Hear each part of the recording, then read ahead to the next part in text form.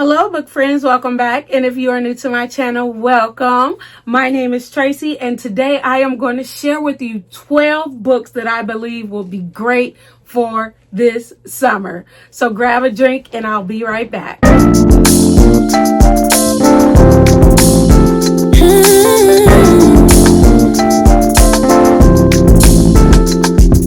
Oh, hey guys. Hey. I am going to start with 6 books that I have already read. And most of these books are rated anywhere between 4 stars and 5. Okay. Oh my gosh, guys, it was so hard to try to even pick which books would be good for you to read, because there are so many that I read last summer. But I feel like these are some pretty good ones, so we are going to get started. I have one thriller that I think will be really great. So I'm going to start with Alice Feeney, Beautiful Ugly. And I read this book earlier this year. And I gave this book a 4.5. Let me tell you something. This book had me jumping and creeped out. Okay. It was a slow start to the storyline, but the ending was the bomb. This book took place on a Scottish island, and we are talking about Grady Green, okay, and his wife Abby. And so, she was out, she saw something in the road, she got out of her car. Next thing you know, she's nowhere to be found. Her husband spent, a year trying to find her. But then his publicist had recommended to him that he just go away and take some time, because he actually needed to, I believe, write another book from what I remember. And so he goes to the Scottish island, and so there goes the story. It was really, really good. Like I said, it started out a little slow, but the twisting and the turning came, and I feel like this would be a great summertime read. The next book that I have for you guys is A Thousand Boy Kisses by Tilly Cole. Let me tell you something. I absolutely love this little story. I gave it a 5-star. Now, this particular book actually came out in 2016. And since then, there is another book, A Thousand Broken Pieces by Tilly Cole, that just came out. When did that book come out? Last year, 2024. But in this story, we follow Poppy and Rune. Those are the Poppy being the female main character, and Rune being the male main character. And this is basically a childhood love story, and it goes on into adulthood. But I'm telling you what, you want to talk about, oh my gosh, I don't know. This was like what do I want to say? This was kind of like a painfully beautiful story. As you can see, I got it tabbed up. There were so many cute little quotes and things like that in this book. And you know what? I think you would absolutely love it. The next book I'm going to share with you guys is Real by Kennedy Ryan. Oh my goodness. Not only does the cover make it feel kind of summery, but this story, I'm telling you what, I gave this a 5-star. Yes, I did. This book was straight fire. Do you hear me? And my favorite, my Neva Saint, which is the female character, she was cool. But my favorite character in this book was Cannon, honey. Cannon, the male main character in this book. This was somewhat of a forbidden love story. It was about she was an understudy for Cannon Holt, okay? And it was very well written. The love story was the bomb.com. I really, really, really enjoyed this book. You won't be disappointed. It is a little thick. It's a little thick, but it's worth it. It's worth the trip.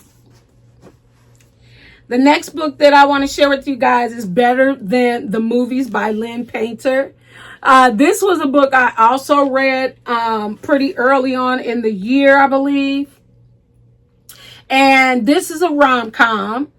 And this was my first book ever by this author. So I was pretty happy that my first book, she got a 5-star. But you have your two main characters, Liz and Wes.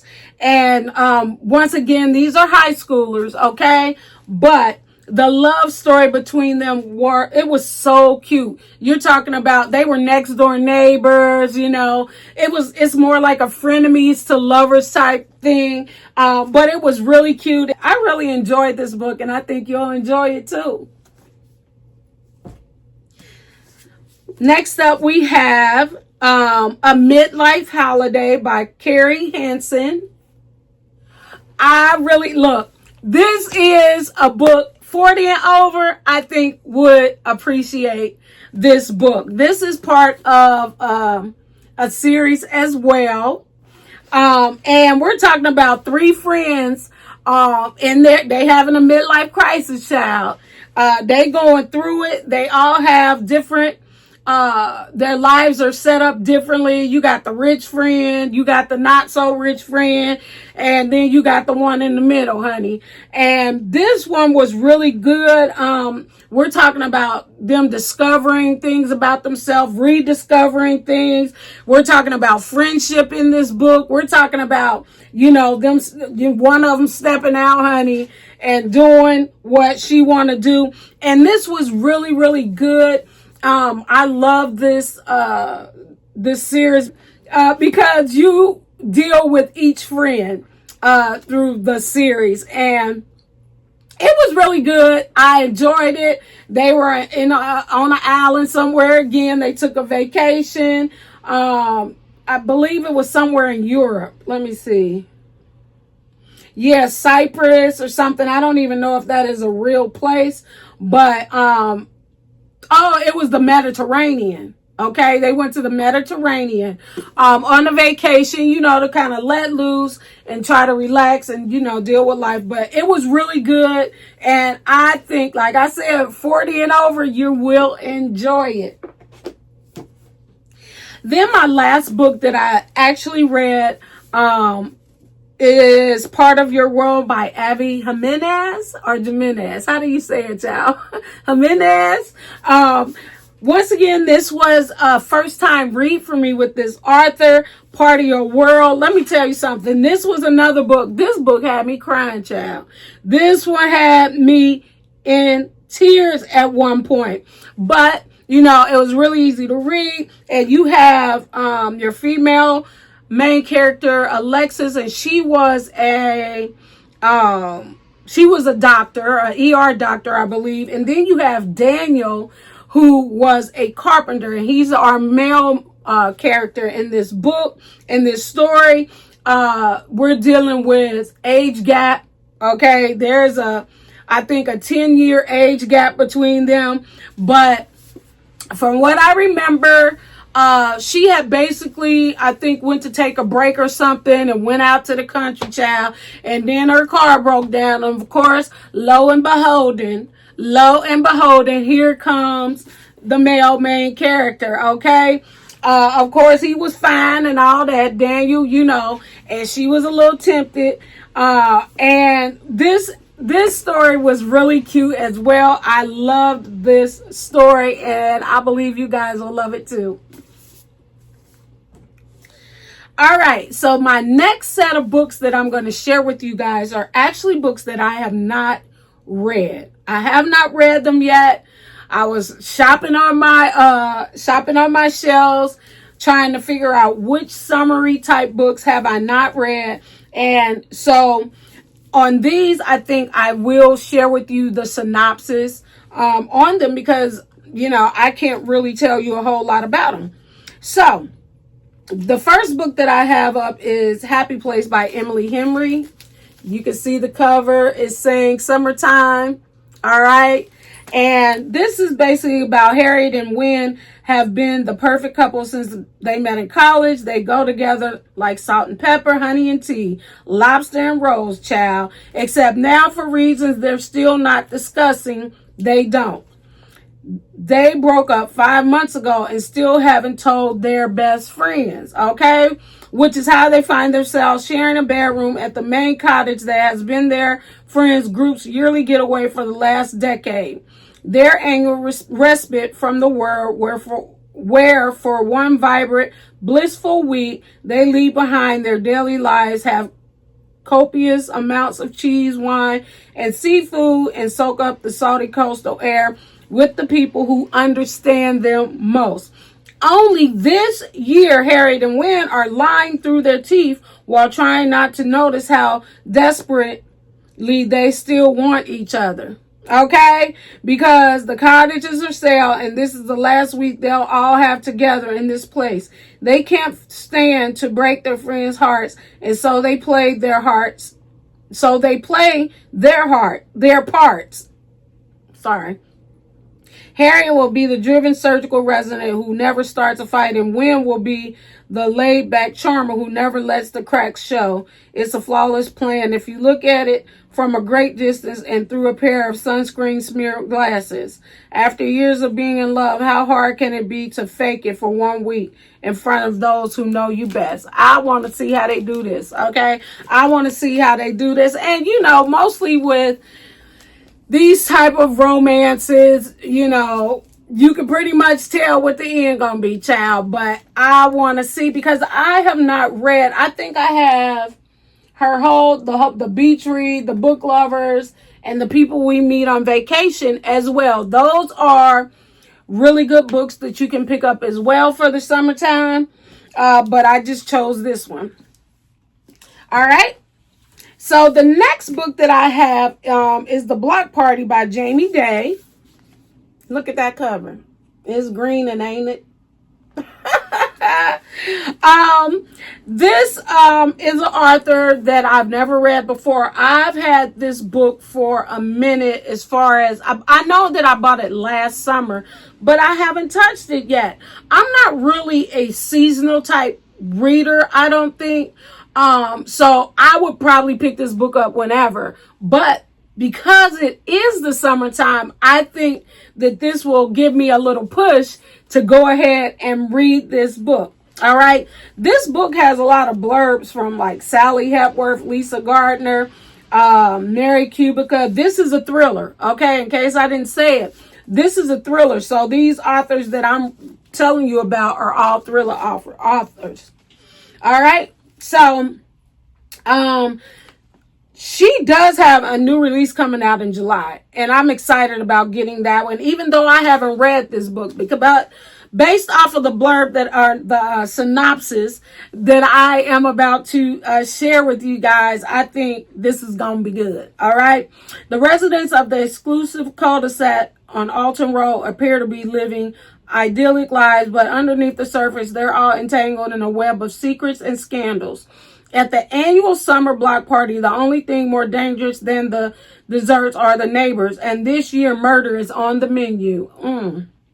But who is the killer, and why did they kill? The answer lies 1 year earlier, when the rivalries and betrayals first unfold, and the residents of Alton Road each discover that nothing and no one is ever as it seems. Honey, I love me a good neighborhood situation going on, okay? All these rivalries and secrets is always good to me. The Block Party. The next book that I have, and this was a book that I actually found in Dollar Tree. It's Blood Sugar by Sasha Rothschild. And I believe, if I'm not mistaken, this may be like a debut. I looked her up and did a little research, and I didn't really see any more books by her, I don't believe. So I think this may be a debut, but let me tell you something. The synopsis on this book got me wondering, okay? It made me pick it up. not let alone the cover. If that's not screaming summer, I don't know what is. All right. She's accused of 4 murders. She's only guilty of 3. They got my attention. Look, a twisty, clever thriller featuring a murderess. You can't help but root for the addictive mixture of sour and sweet. I could just kill you right now, it says. It's something we've all thought at one time or another. But Ruby Simon has actually acted on it 3 times, okay, to be exact. Though she may be a murderer, Ruby is not a sociopath. She is an animal-loving therapist with a thriving practice. She's had long-lasting relationships with her husband, Jason, whom she adored. But the homicide detectives at Miami Beach Police Department have doubts about the happy marriage and are eager to uncover why so many people have died within her arm's reach. When we meet Ruby, she is in a police interrogation room, suddenly accused of killing her husband. But this is the one murder that she did not commit. I'm going to stop right there. I am going to stop right there. Look, if you want this book and for the low, check out your Dollar Tree or somewhere like that, and you could get this book for $1.25. Okay? You can try it out, because I feel like this one is going to be good. My next book I am so excited about because the first book that I ever read by this author was The 7 Husbands of Evelyn Hugo, and that is by Taylor Jenkins Reid. And she has I think a couple other books I could have pulled off the shelf for the summer, okay? But Malibu Rising got my attention. Look at that. All of the water, okay? Malibu, if that's not screaming summer, I don't know what is. This is more of a historical fiction type romance. So I'm really excited about it. This takes place in 1983. Okay? It's the day of Nina Riva's annual end of summer party, and anticipation is a fever pitch. Everyone wants to be around the famous Rivas.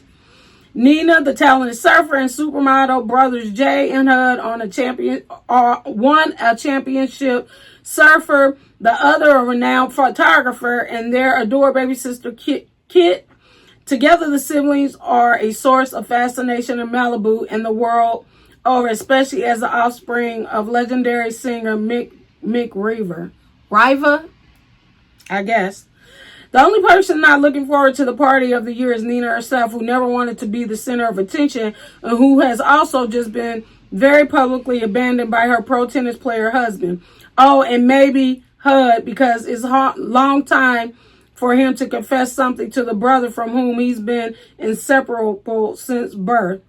Jay, on the other hand, is counting the minutes until nightfall when the girl he can't stop thinking about promise she will be there. I'm going to stop right there. For me, Taylor Jenkins Reid she an auto buy. I don't care what I know about her books. I'm going to buy them. And like I said, this one right here look like it's going to be good. Next we have The Paradise Problem by Christina Lauren. Now that cover, okay, that's giving summer all day. All right. I don't know. I've read, what did I read by Christina? I think it was The Holidays, maybe. Yeah, I read The Holidays by Christina Lauren. And it was really good. I enjoyed that. So, I grabbed this book as well, The Paradise Problem. All right. Anne Green thought she was marrying Liam Weston for access to subsidized family housing while at UCLA. She also thought she signed divorce papers when the graduation caps were tossed, and they both went on their merry ways. 3 years later, Anna is a starving artist living paycheck to paycheck while Lim is a Stanford professor. He may be one of the 4 heirs to the Western Foods conglomerates, but he has little interest in working for the heartless corporation his family built from the ground up. He is interested, however, in his $100 million inheritance. There's just one catch. Who? $100 million? Come here. Due to an antiquated clause in his grandfather's will, Liam can't claim the money until he's been happily married for 5 years. Just when Liam thinks he is in the home stretch, pressure mounts for his family to see this mysterious spouse, and he has no choice but to turn to the one person he's afraid to introduce his one person or parents. How do you say that? His unpolished and not so ex-wife. Okay.